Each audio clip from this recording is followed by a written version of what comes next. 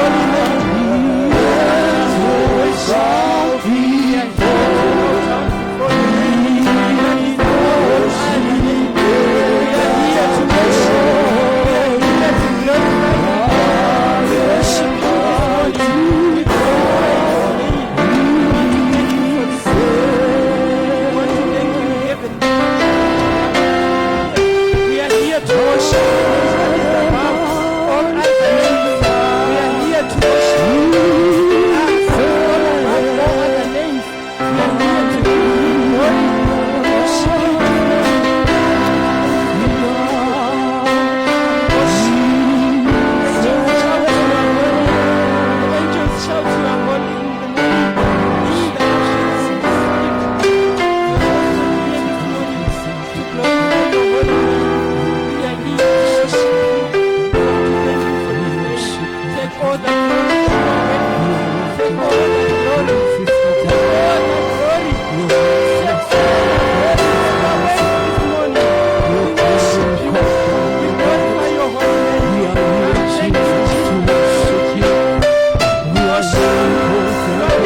What a mighty God we serve.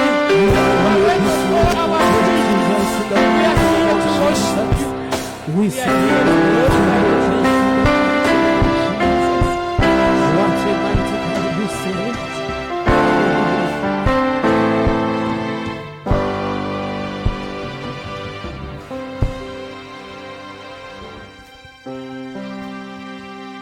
Yahweh,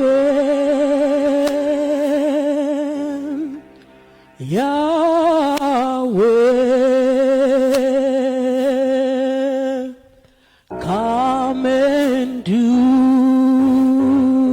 what only you can do. Yahweh,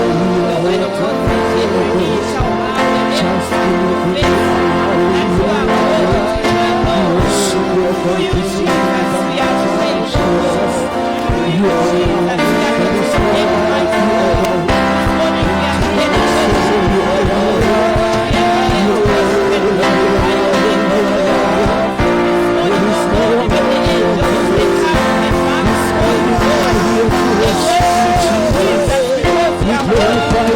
They worship you, O Lord, because you are worthy. They worship you, O Lord, because you are glorified. This morning, Jesus, we also want to worship you. We lift our heads this morning unto you, O God, because you are worthy. This morning, O God, we lift our eyes unto you, Jesus, because you are worthy. This morning, O God, we are here to give ourselves unto you, God, to give our hearts unto you, so that you minister unto us, so that you meet us this morning, O God. We thank you even for your presence in this place. We thank you, Lord, even for your presence in this house, O God. We know you are ministering unto us, Jesus. We know the Spirit of God is ministering unto us this morning. Mighty God, this morning, may your name be worshipped. May your name be worshipped, O God. May your name be worshipped, Jesus. We glorify your name. We love you, O God, this morning, because we know you are among us, Jesus. Your word says you hide us in your slumber. You look into our lives each and every day. Wherever we are going, oh God, you guide us. Jesus, even our steps are directed by you each and every day. Because your word says so, oh God. You direct the steps of the righteousness, of the righteous. We know, oh God, even this morning, God's good plans for our lives, Jesus. We know, mighty God, because your word says, I have plans for you to prosper, plans to give you an expected end. Mighty God, we believe this morning, even as we are here today, you have plans for our lives, oh God. You have plans for our families. You have plans for this church, oh God. Plans to make us prosper and not plans to harm us. This morning, mighty Jesus, we know the devil is roaring like a mighty lion, but we know you are on our side. You protect us, oh God. You are there, oh God, for us each and every moment. So we will not fear even this morning. For what can men do unto us, oh God? We know in the hands of the Creator we are safe. Your word says the righteous runneth into your hands and we are safe, oh God. Your name is like a tower, oh Jesus. We run unto you, oh God, for safety. Your name is like a tower, oh God. We run to you, Jesus. Each and every morning, oh God, we dedicate our lives unto you. We dedicate our lives this morning unto you, Jesus. Holy Spirit, minister as you want in our lives. Teach us this morning, oh God. Teach us this morning. Open our eyes so that we may see, oh God. Even we are here this morning. We know this time, oh God, we have something to say unto us today. We have something, oh God, to deposit in our lives this morning. We are here for a purpose, oh God. We are here, oh God, because you have allowed us to be in your ministry. This morning, may your presence minister unto us. May your presence minister unto us, oh God. In the mighty name of Jesus. Hallelujah. Hallelujah. This morning, I feel the presence of God in this house. I like the environment in this room in this morning. Hallelujah. I just want us to go before the Lord before the word comes. There is a verse in the Bible, John chapter 1, the second part of verse 29. It says, "Look, the Lamb of God who takes away the sin of the world." I know this morning as we come before him, the word of God says Jesus is holy. In him there is no sin. And also his word says, "Be holy for I am holy." But I know as humans, we are prone to make errors. We are prone to make mistakes. We are prone to make sin each and every day. But I just want us to go before the Lord this morning and confess our sins before him. Let us not make it a habit to come into the house of the Lord and to start doing our business of the day before we confess and we make ourselves right with God. I just want us to go before the Lord and pour out our heart unto him and tell him the mistakes that you have done. Acknowledge the sin that you have done and say, Jesus, make my heart to be holy as you are holy. Make me, when I am walking every day, to be holy as you are holy. Direct my footsteps. Order my pathways.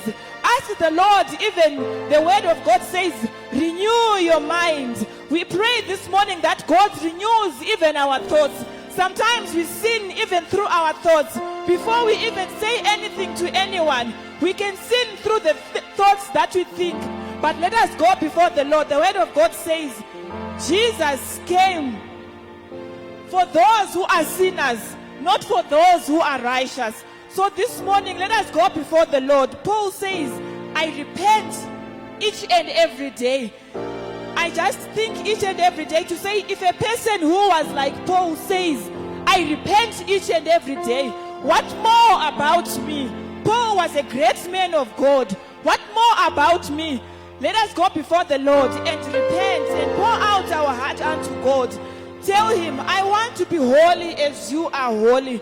Father, I want to walk in the ways that you are directing me. Because each and every day, the word of God says, the good that I want to do, I do not do it. Even though I know this is good and I want to do it, sometimes I fail to do the good that I know I'm supposed to do.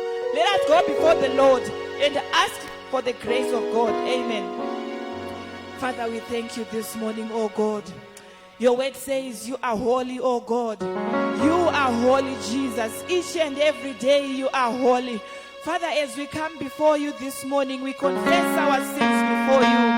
We sin each and every day. We sin through our minds. We sin through our hearts. We sin through our bodies. We sin through things that we do each and every day.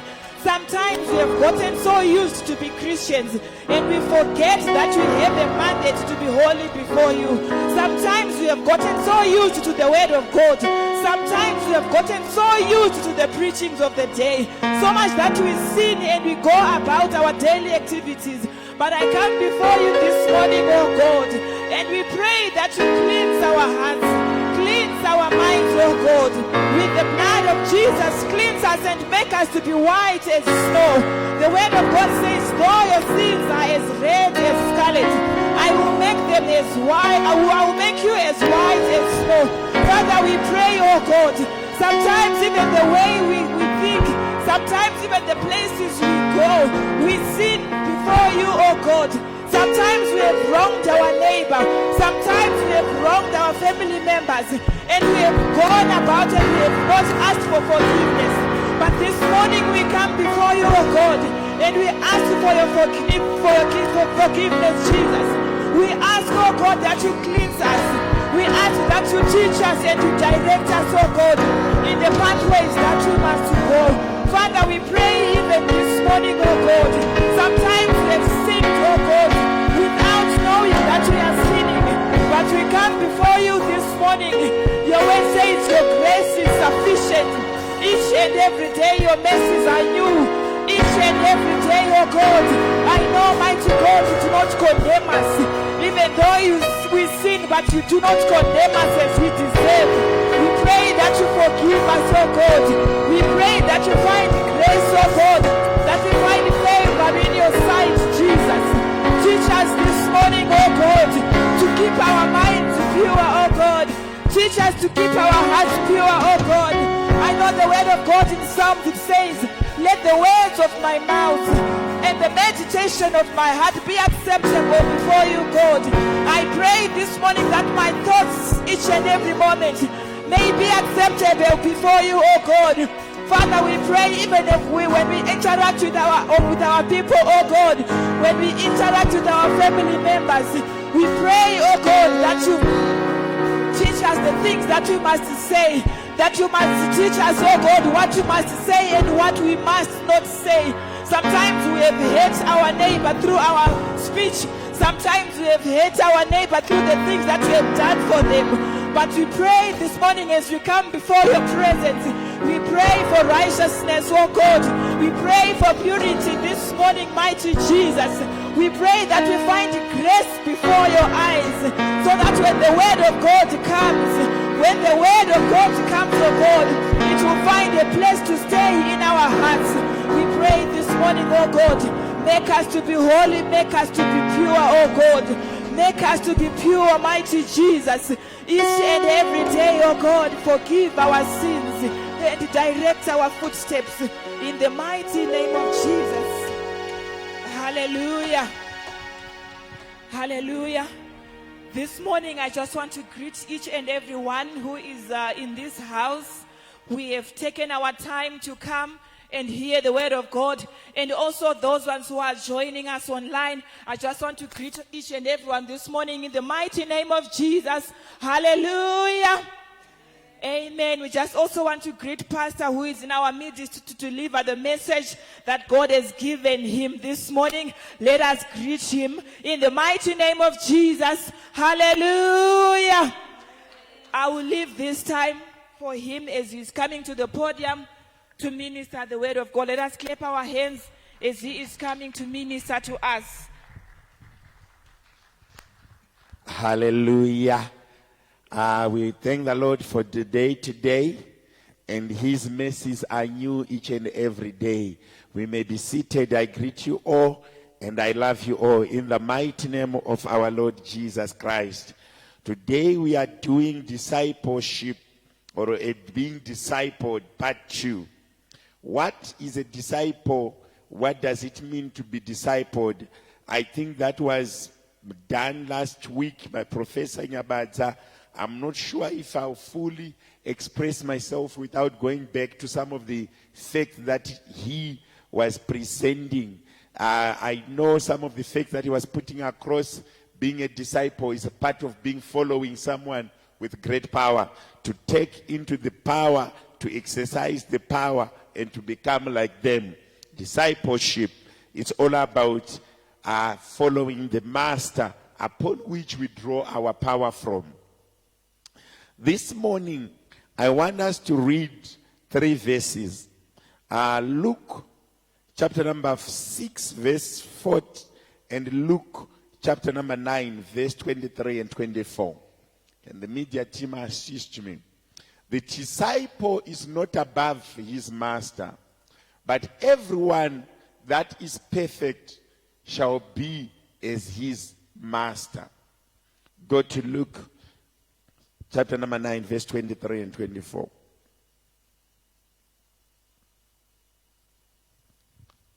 The other version of Luke chapter number 6, verse 40 says, the student is not above the teacher, but everyone who is fully trained will be like the teacher.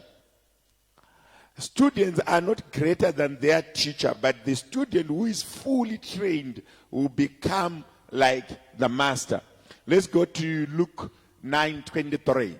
And he said to them all, if any man will come after me, let them deny himself and take up his cross daily and follow me. For whosoever will save his life shall lose it, but whosoever will lose his life for my sake, the same shall save it. Hallelujah.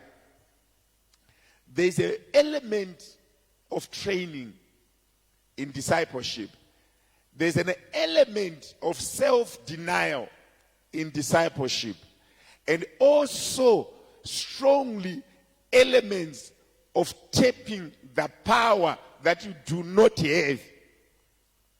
Meaning to say, if there is a training taking place, it means the trainer has the information and the trainee do not have the information.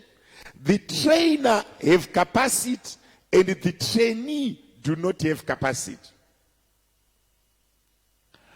Whatever we do in day-to-day life, we tap and draw power from people who have done it before. If you are to play a keyboard, you either practice extremely or you learn from someone who has done it before. Which means generally we do not have power, but we draw power from people around us, whether negative or positive, but our power, we withdraw it from people around us. Whether positive or negative, it's always that we draw power from people who are around us. There's no way that you can wake up being powerful without drawing the power from somewhere else. Samson, one of the greatest single fighter, who he never had an army, neither did he train an army or did he have a government to work with. He was a loner. He fought his wars alone. But the Bible clearly says that when the Holy Spirit descended upon Samson, meaning to say his power of winning the wars using a jaw, tearing a lion apart, was being drawn from the spirit that has entered into his life. Meaning that was part of a different type of discipleship, when the Holy Spirit is possessing him and making him do things that he do not do on a day-to-day basis. But in those moments, he would be powerful, strong soldier, doing things that a normal and an ordinary man cannot do, because the Holy Spirit has come upon him. So discipleship, the quickest in our days, in our era, when we are living in the dispensation of the Holy Spirit, when the Lord said, when he was leaving the earth before he ascended to heaven, he said, I will not leave you alone, but I will give you the Holy Spirit, your helper. I will leave you with a helper. Meaning to say, in certain circumstances, if you want to accomplish the abilities of Christ and live like Christ, exemplary to Christ, conquering wars like Christ, you need the helper, who is the Holy Spirit, to come and possess you, to come and be influential, to come and give you wisdom,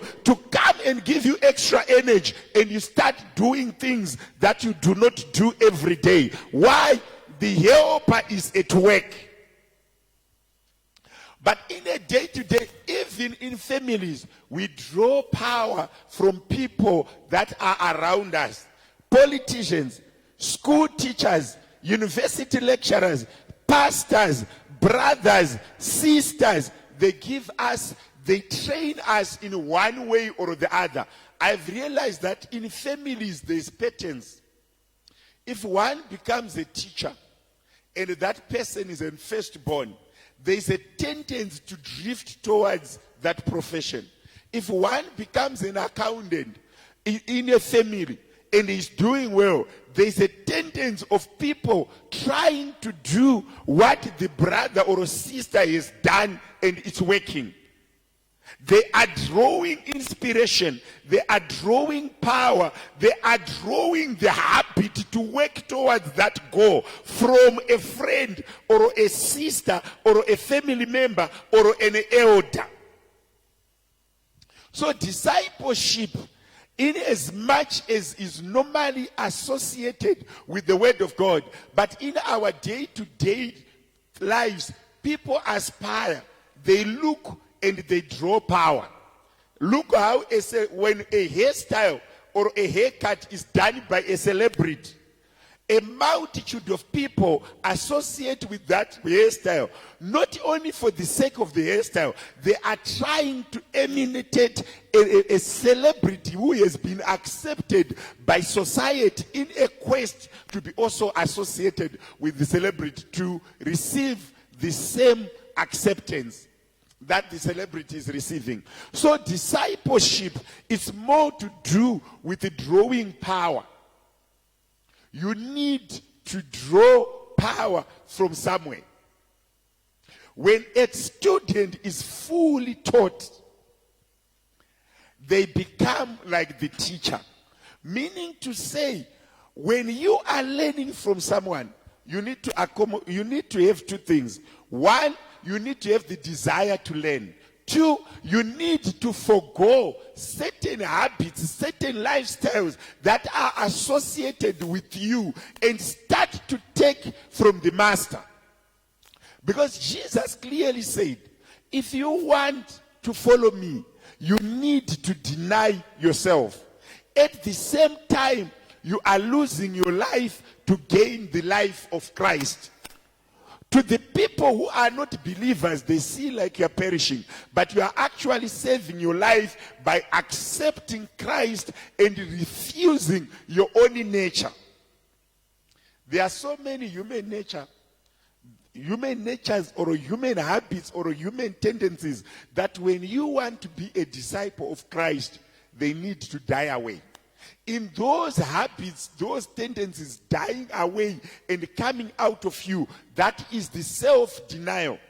When you are denying things that you ordinarily do in the quest of accepting things that are coming from the master that would not actually come natural to you, but you are actually learning them.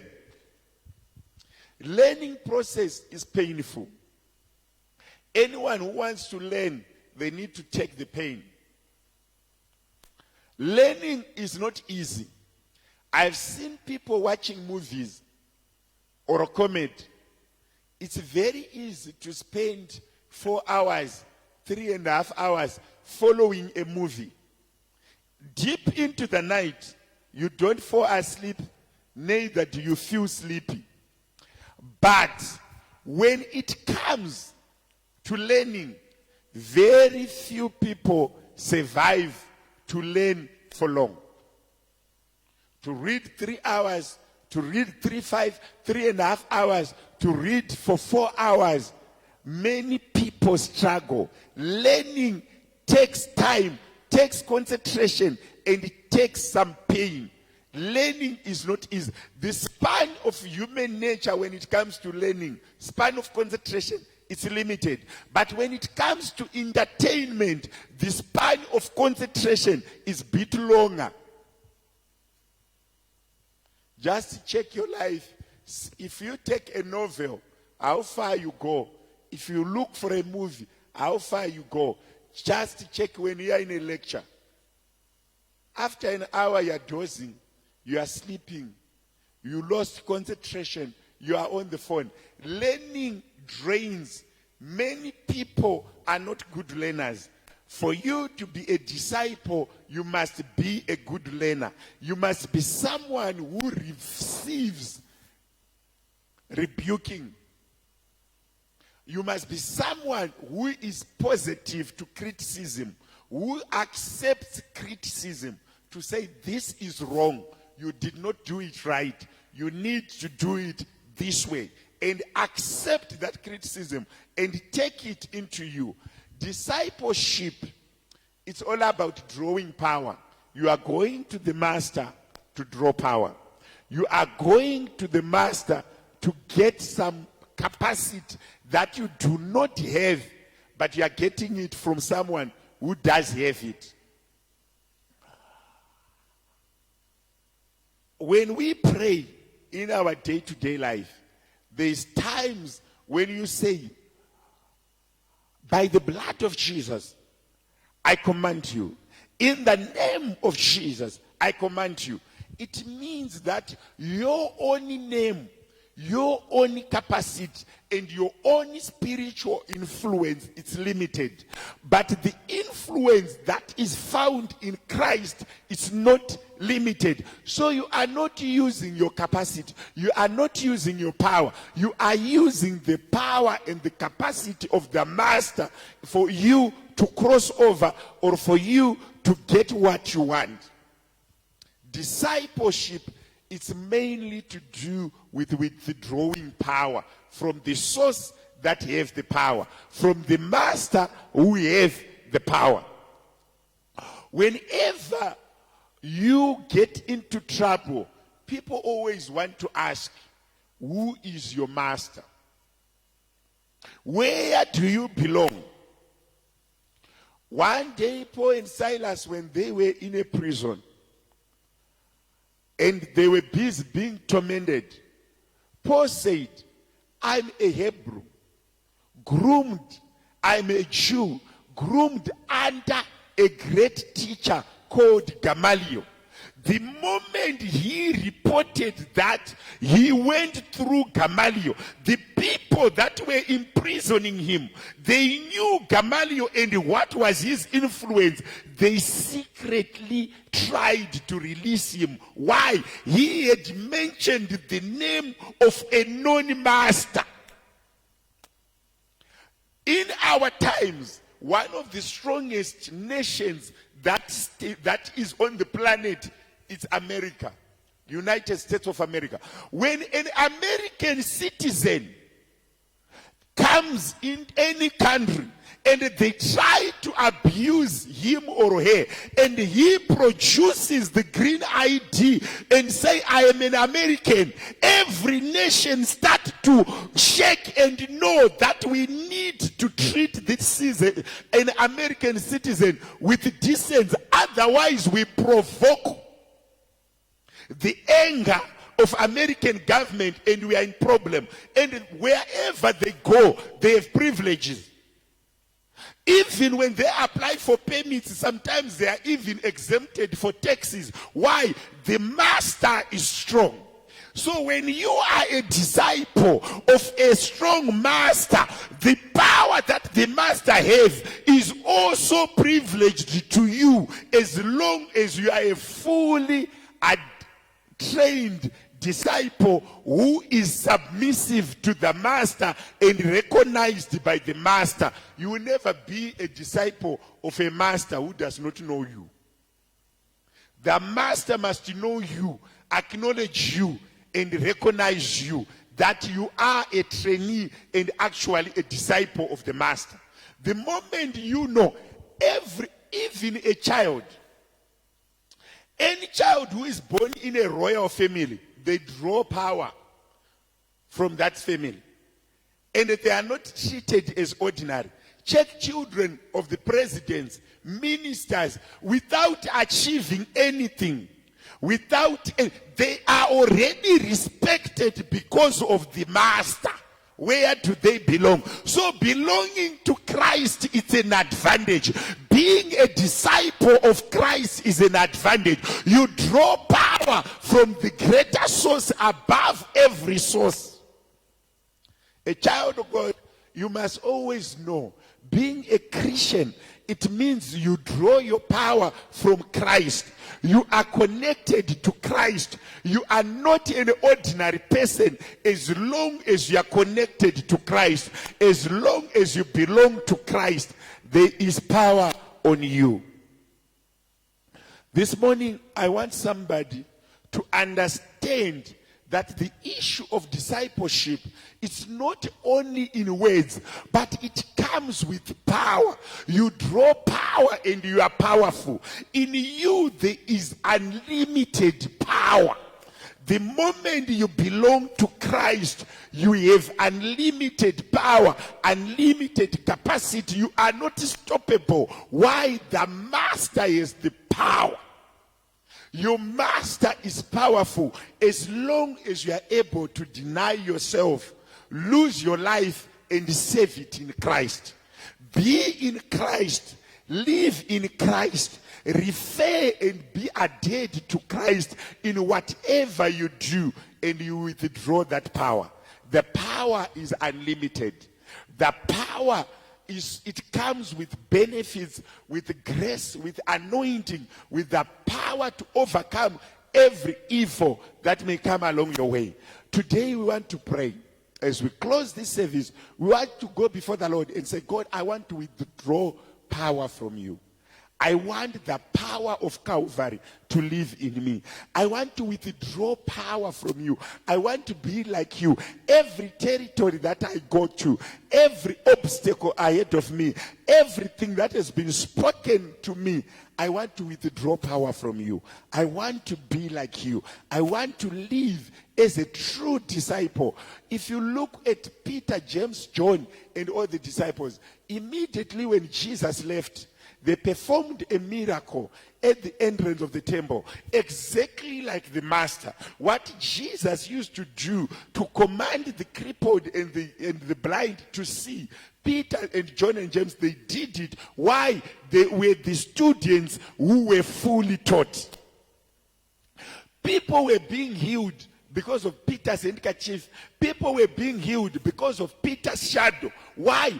Peter was a disciple who was fully taught and was like the master, practicing and drawing power from the master.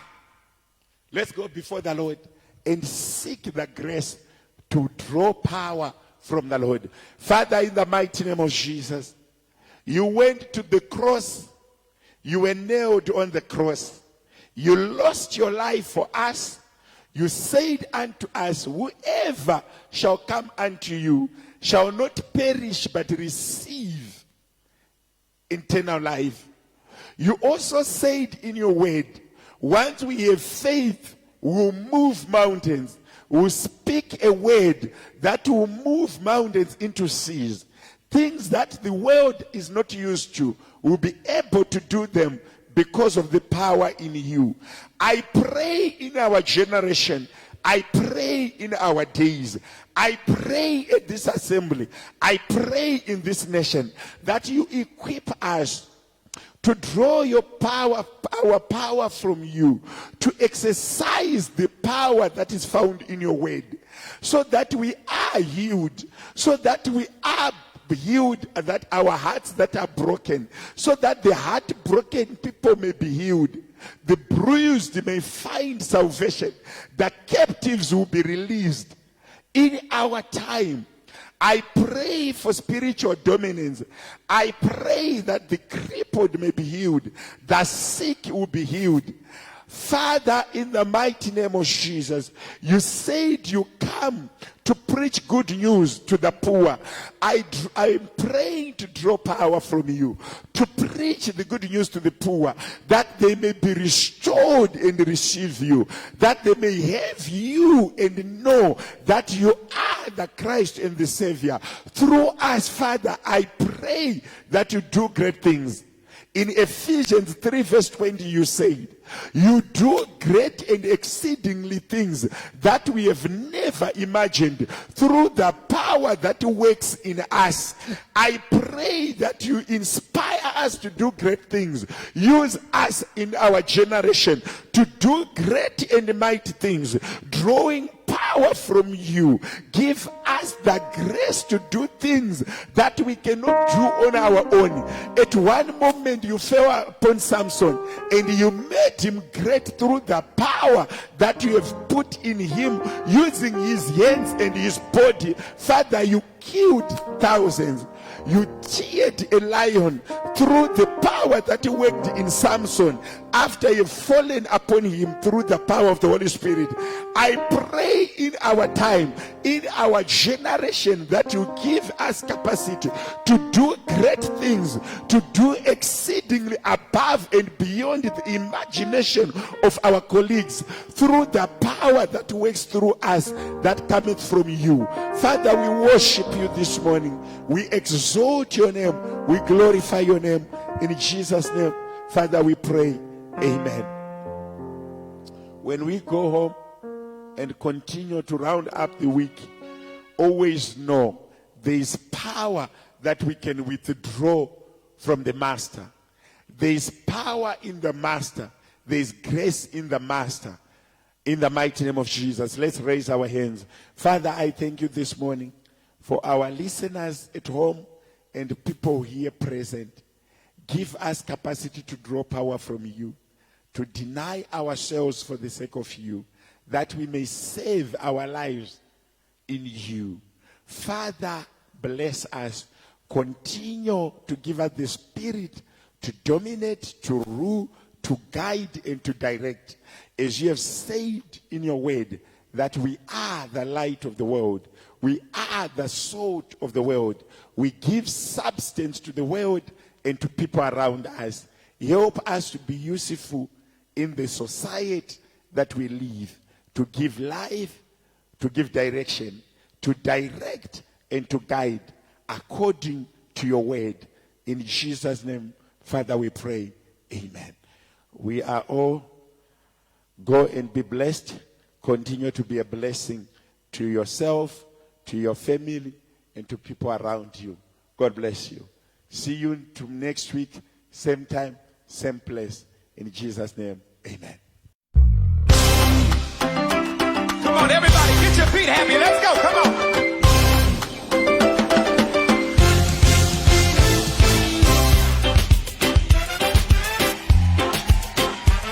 Where my islanders? Can some of y'all run down here to the front real quick? I gotta know who's in the building. Where my islanders? I need y'all to run down here. Come on, let me see you.